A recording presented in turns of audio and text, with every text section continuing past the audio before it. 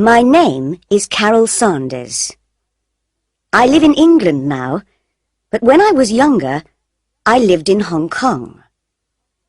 My father was a businessman there, and my mother worked as a secretary. We lived in Hong Kong for 7 years. I was happy at school, with lots of friends, and we had a good time. I like pop music. The Rolling Stones, David Bowie, and Jake Rosso were my favourites. Jake Rosso was my favourite singer. He died in a car accident the year I left school. But I listened to his pop records all the time. I had hundreds of pictures and photos of him on my bedroom wall. Then one day in winter, when I was 17, things began to go wrong for me. My father went to Australia on business. I loved him very much and didn't like him going away. "Come home quickly," I always said to him. He was in Australia for 2 weeks. Then on the day of his journey home, an aeroplane from Sydney crashed into the sea just south of Hong Kong. Everybody on the plane died. I heard about the plane crash on television. At first, I did not think about my father. Then I remembered he was flying back from Sydney on that day. "Oh no!" I cried. I telephoned the airport, but they did not know the names of all the passengers then. Perhaps my father didn't get that plane, I thought. Oh, please, please. My mother was at work, and I called her on the telephone. She came home quickly, and we went to the airport and waited for news. Later, we learned my father was on the plane. "It's not true!" I shouted. But it was true, and I began to cry. I cried for weeks and weeks. I spent many days alone in my room. I was lonely and sad, and I wanted to die too. I stopped going out with my friends. I didn't want to see other people. I stopped listening to Jake Rosso's records and took his pictures off my bedroom wall. I didn't listen to music or watch television. Nothing mattered anymore. Then I stopped crying. I stopped feeling sad and began to feel angry. Why did it happen to him? I asked my mother. Why do the best people die? Jake Rosso, my father. I don't know, Carol, my mother said. She was unhappy too. At the time of the plane crash, I was a student at college. I enjoyed the work and college life very much. But after my father's death, I stopped doing my work at the college. I began to go out with some new friends. They were different from my other friends, and my mother didn't like them. "They're bad people, Carol," she told me. "They do dangerous things." "They're exciting," I said, "and I like them." I knew she was angry, but I didn't care. But then I learned my new friends took drugs, and I began to take drugs too. It was wrong and stupid, I know that now, but I was unhappy and angry. The police came to the college to arrest some of the students. They didn't arrest me, but I had to leave the college. It was a bad time. My mother was very unhappy with me. "What am I going to do with you, Carol?" she said. "I'm sorry," I told her. "We'll go back to England," she said. "You can find a college there. Perhaps you can be happier in England." "All right," I said. "I want to forget what's happened. I want to forget what I've done and begin a new life, be a new person." A month later, we came back to England. We lived in London, in a hotel. It was strange at first, with all the red buses and everybody speaking English. It was the beginning of the summer, 3 months before college began in the autumn. London was full of tourists.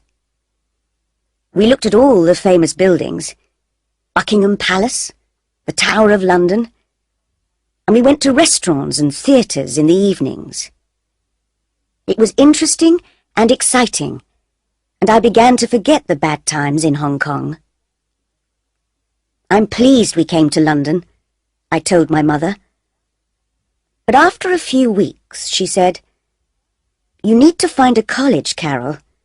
You must go on studying. And I need a job." That evening, we looked in the newspapers. "What about this?" I said. I showed my mother a job in the newspaper. "Secretary, for the summer months, on a small private island in Scotland. Live with the family in a big house. Interesting work and good pay for the right person. Phone Greta Ross, telephone number 071. "Well, that sounds interesting," said my mother. "I'd like to work as a secretary on an island in Scotland. It's a beautiful country, Carol, and you can go to college there in the autumn." "And it's a place to live for the summer," I said. "Hotels are expensive." My mother telephoned Greta Ross. "Come and see me tomorrow," Greta Ross told her. "Come to the Savoy Hotel at 11 o'clock. I went to the Savoy Hotel with my mother. It was big and expensive, bigger than our hotel, and in the centre of London. Mum needs this job, I thought, and a private island in Scotland is a nice place to live. Perhaps I can forget what's happened if I go there. "Room 22, said the woman at the hotel desk. "Go on up. Mrs. Ross will see you now." Greta Ross was waiting for us. She was about 30 years old and very beautiful. She wore an expensive red dress, and her hair was very long and dark. "This is my daughter Carol," said my mother. "Hello, Carol," said Greta Ross. "Hello," I said. "Carol is 18 years old," said my mother. "Can she come with me if I get the job? Perhaps she can help in the house or in the gardens. She likes gardening. She's studying farming at college." "Perhaps," said Greta Ross. "There's a small farm on the island." "I'd like to work on the farm," I said. Greta Ross looked at my mother. "How long did you live in Hong Kong, Mrs. Sanders?" 7 years, answered my mother. "My husband died in a plane crash last year, so we've come back to live in England." "Where did you live before Hong Kong?" "We lived in India for 3 years. Then Greta Ross took my mother into a room and asked her more questions. I waited outside. Greta Ross is nice, I thought. I hope my mother gets the job. Soon after, the door opened and my mother came out. She was smiling. Greta Ross said, "Please wait here for a minute, Mrs. Sanders. I want to make a phone call." She went back into the room and closed the door. I was sitting on a chair near the door, and I could just hear Greta Ross's voice speaking on the phone. "I think I've found someone," she was saying.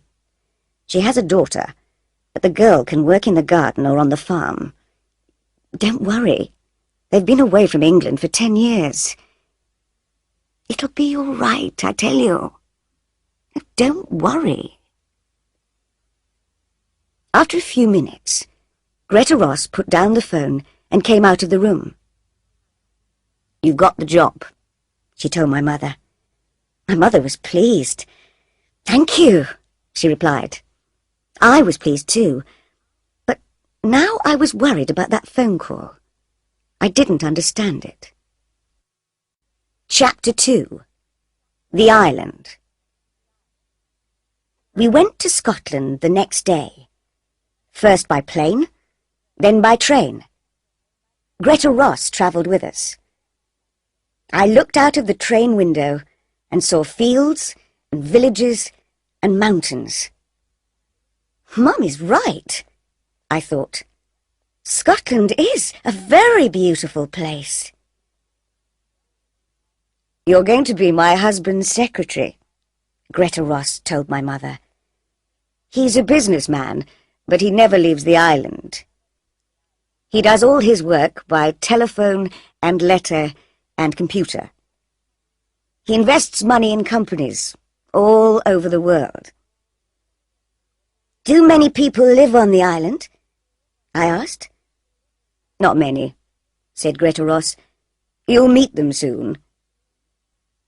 Greta Ross is young, I thought. Is her husband young too? How can a young man buy an island? Is he very rich? After the train, we went on Mr. Ross's boat, which took us out to the island. The boatman was a young man. He had dark hair and was brown from the sun.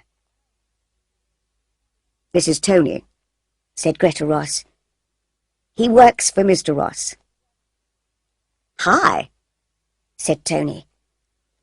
Soon we were near the island. I could see the beaches and the cliffs. The boat slowed down. "There are dangerous rocks round the island," explained Tony. "A lot of them are under the water, and you can't see them. I have to be careful. But the rocks keep other boats away, and that pleases Mr. Ross." "Why?" I asked. Tony looked at Greta Ross, but she wasn't listening. "Mr. Ross doesn't like visitors to the island," Tony said in a quiet voice. Then Greta Ross looked at us, and Tony said no more.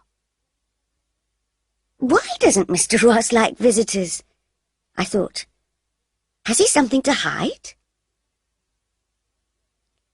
When we arrived on the island, my mother and I followed Greta up to the house. It was very big, and there were trees all around it. A woman was waiting inside the house. "This is Mrs. Duncan, Tony's mother," said Greta. "She's the housekeeper, and her husband is the gardener. Mrs. Duncan will take you up to your rooms. I'm going to tell Mr. Ross you've arrived." The housekeeper was a little woman with short hair. She went up the stairs, and my mother and I went after her. My room was next to my mother's. I looked out of the window and saw the gardens at the back of the house. A man was working in the garden near some trees. Is that Mr. Duncan? I thought. I looked between the trees and saw the sea. It's a beautiful house and a beautiful island. That evening, we had dinner with Mr. and Mrs. Duncan and Tony. We ate in the big kitchen. "What happened to Mr. Ross's last secretary?" asked my mother. "She's in hospital," replied Mrs. Duncan.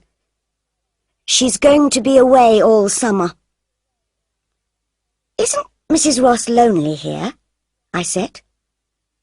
"No," said Mrs. Duncan.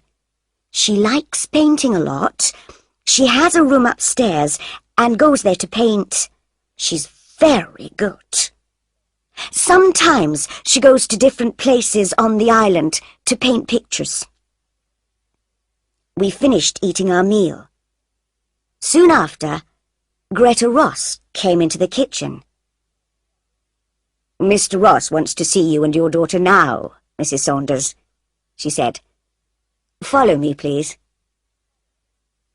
We followed her through the house and into a big room. This was Mr. Ross's office, and he was sitting behind a desk.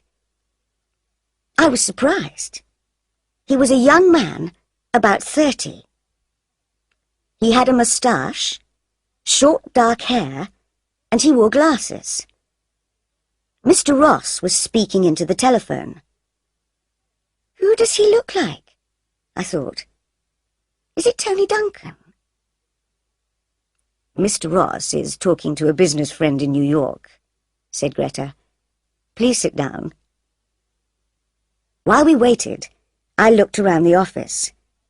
There were 3 telephones, a computer, and lots of books and papers. There was another door, and I could see a smaller room next to the office. There was a smaller desk and another computer in there.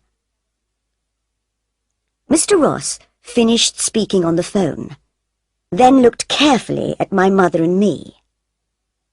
For a few seconds, he didn't speak, and just watched us.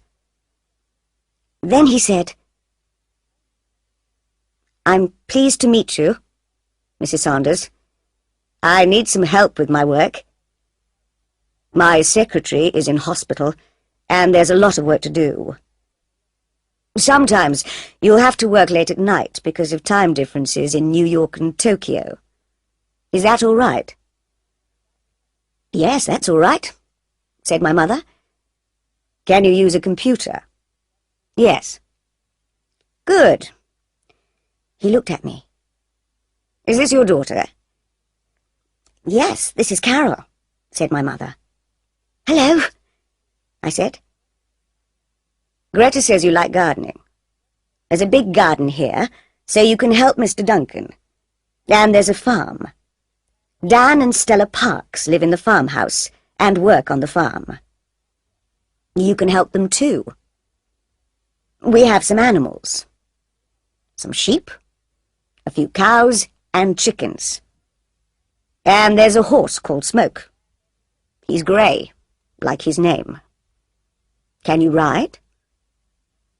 "Yes," I said. "I can ride a horse."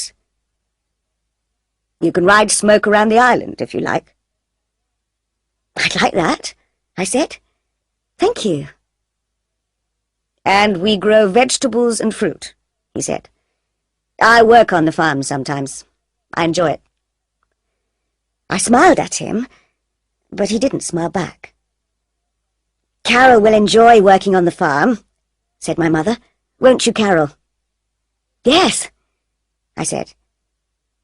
Mr. Ross looks sad, I thought. But how did he get all his money? And why does he hide away on an island? Chapter 3. The Photograph. I worked in the garden for the first 2 days. The weather was hot and sunny. I liked working with Mr. Duncan, and he was pleased with my work. "You're a good gardener," he said. "I've always liked gardening," I said, "but I'm studying at college to be a farmer." Sometimes I saw Greta Ross. She likes to be alone, I thought. Once or twice, I saw Greta go out with her painting things. She went up on the hills or down to the beach. Mr. Duncan took me to the farm, and I met Dan and Stella Parks. They were very friendly. "You can work on the farm for the next 3 days," said Dan Parks. "Mr. Duncan says you're a good gardener. Are you a good farmer too?" I smiled at him. "I am," I said. He smiled back. So I worked on the farm with Mr. and Mrs. Parks. They were nice people. I helped with the cows and the chickens and went up on the hills with Mr. Parks and his dog to look at the sheep. One afternoon, I went out riding. Smoke was a big, lazy, friendly horse.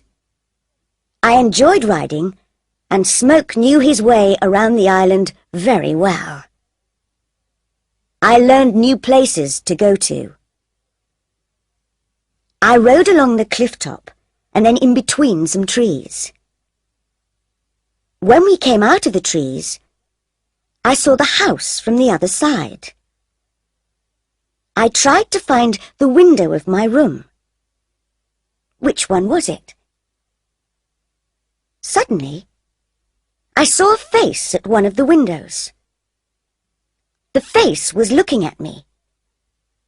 It was there for just a second or two, then it moved away quickly. Who was that? I thought.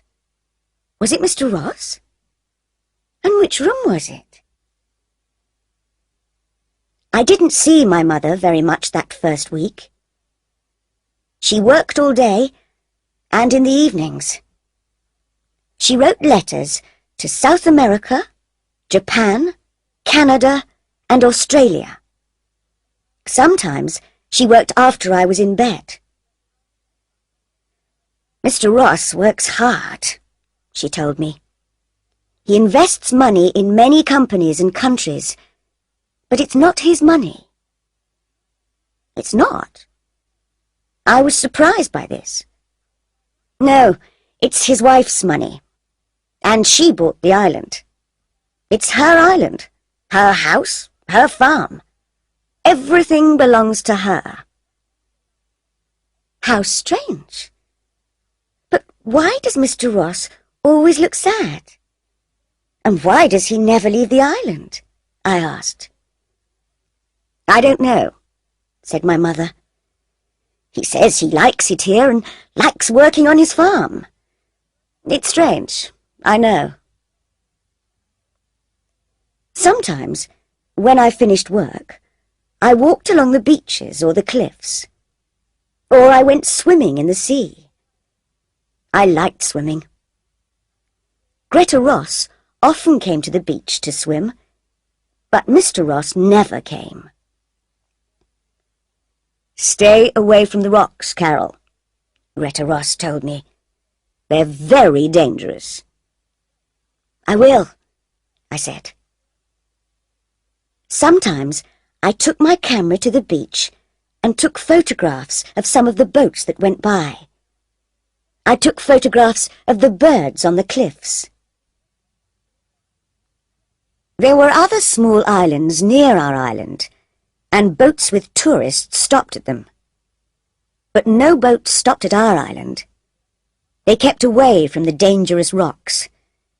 Tony was right. The island did not have visitors. One day, I was walking back to the house and had my camera with me. I stopped and looked at the big house. Mr. Duncan was working in the garden in front of it. At first, he didn't see me.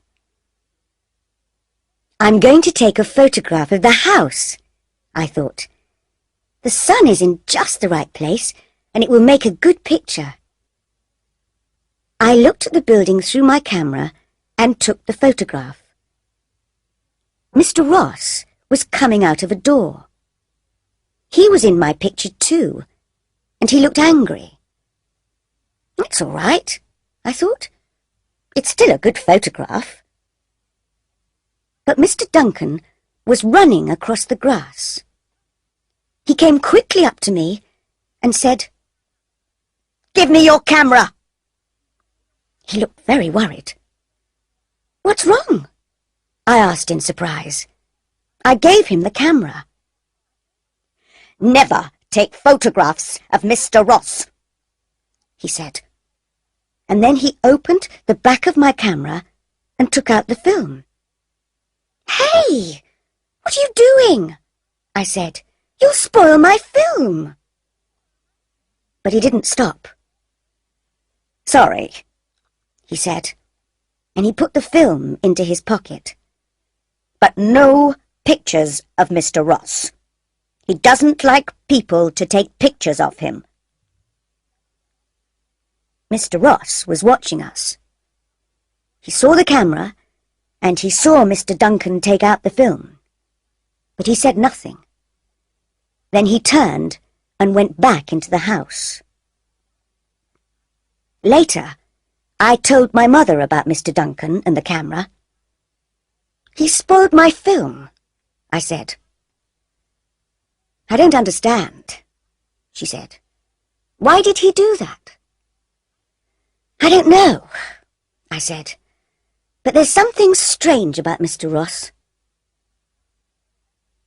About a week later, I finished work early one day and came back to the house.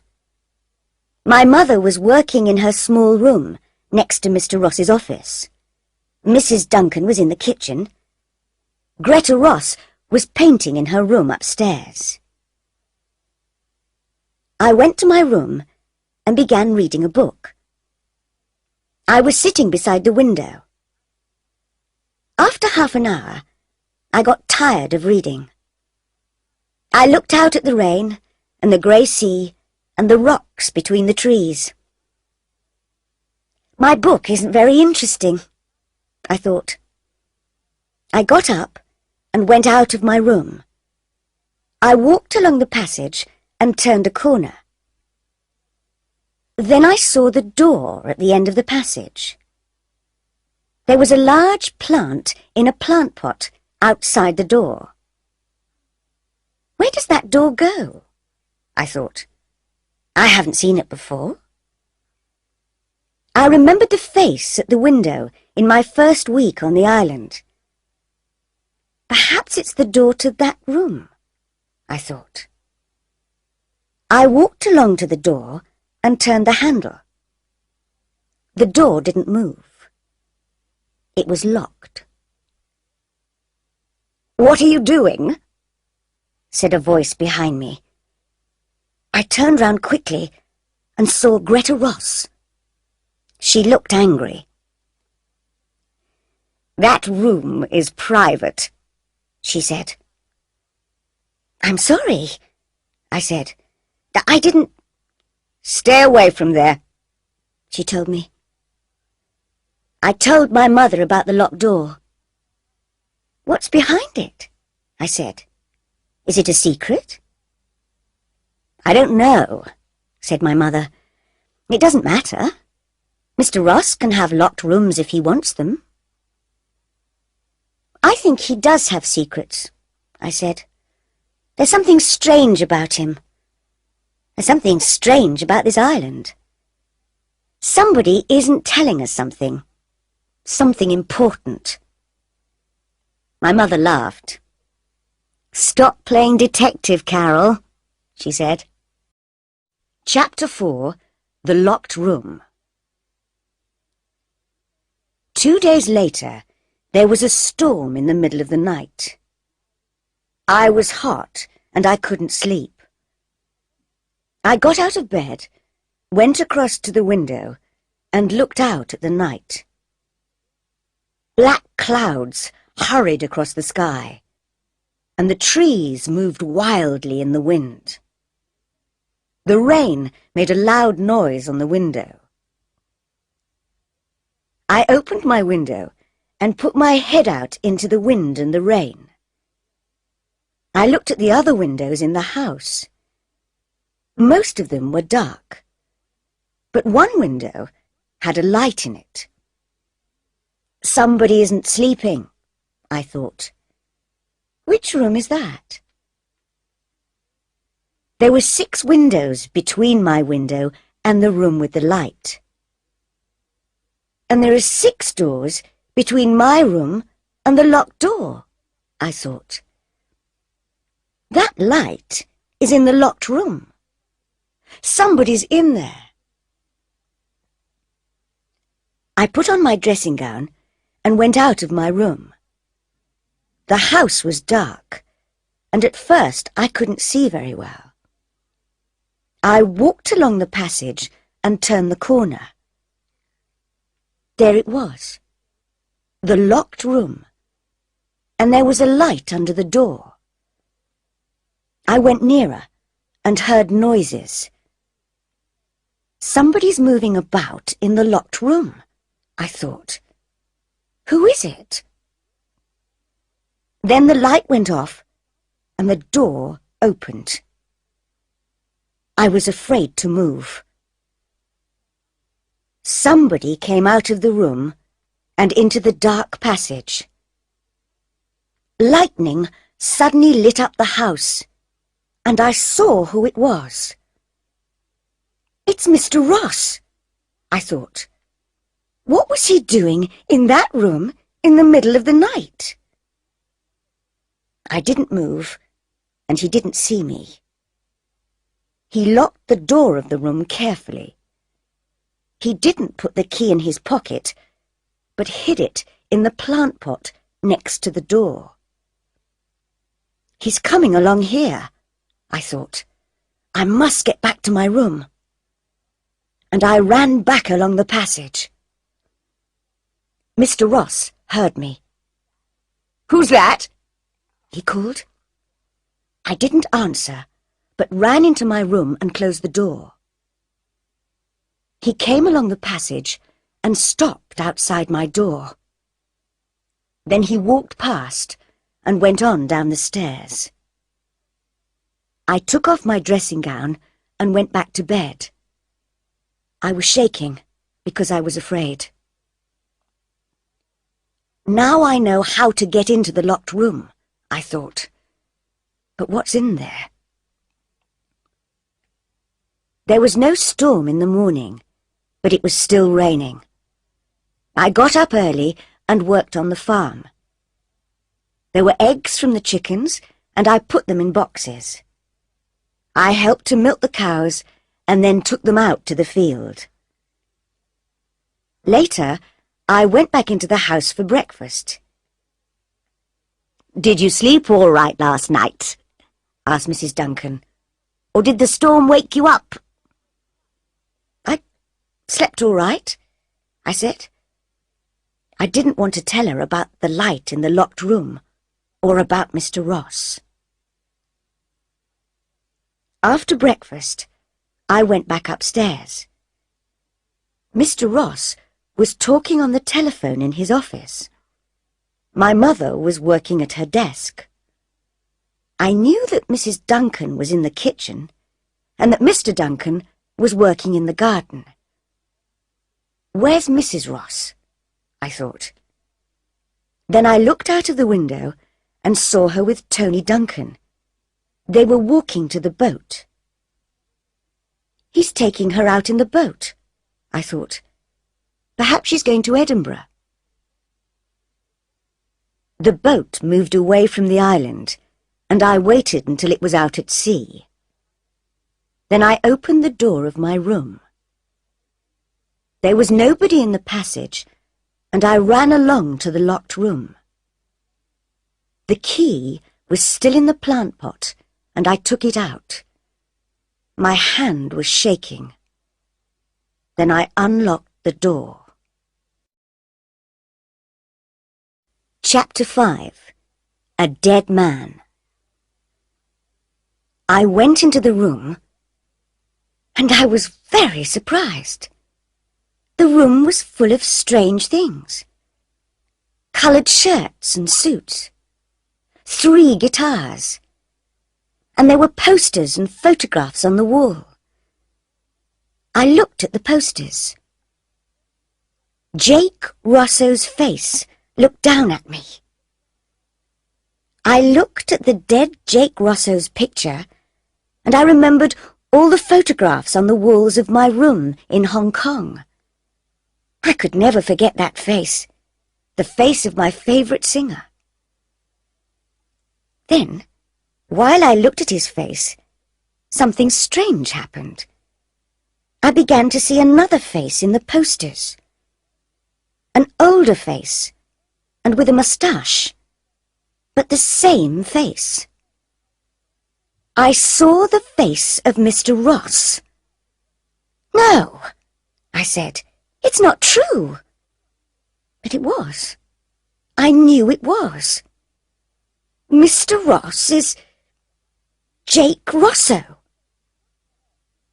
"No," said a voice behind me. I turned round and saw Mr. Ross. He was standing in the doorway. He looked afraid.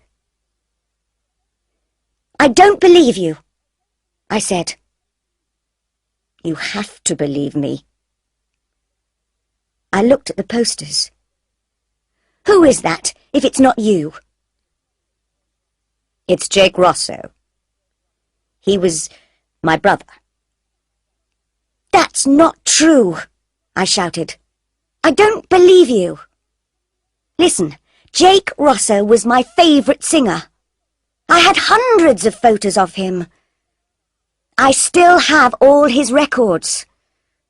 I loved him. Do you understand? Thousands of people loved him."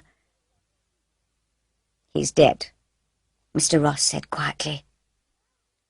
"No!" I shouted. "You're Jake Rosso. You look different now, yes. You've got short hair. You've got a moustache now, and you wear glasses. But you're Jake Rosso. You were my favourite pop star, so I know."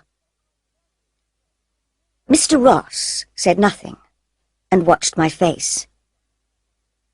He doesn't know what to do, I thought. He knows I don't believe him, and he's afraid. Then he said, "It was you in the passage last night, wasn't it?" "Yes," I answered. He looked angry. "I was wrong to give your mother a job," he said. "I thought it was okay because you came from Hong Kong, and I needed help with my work. I needed a good secretary." "Does your other secretary know who you are?" I asked. "Do the other people on the island know?" Mr. Ross didn't answer, but walked across to the window. He was thinking. What's he going to do? I thought. Then he turned round. "Okay, you're right. I am Jake Rosso." "I knew it!" He looked worried and unhappy. "Can you keep a secret? A very important secret?" I thought for a minute, then I said, "Yes, I can keep a secret." Then he told me. "The other people on this island are my family." "Your family?" I said. "Yes. My real name is James Duncan, and Mr. and Mrs. Duncan are my father and mother.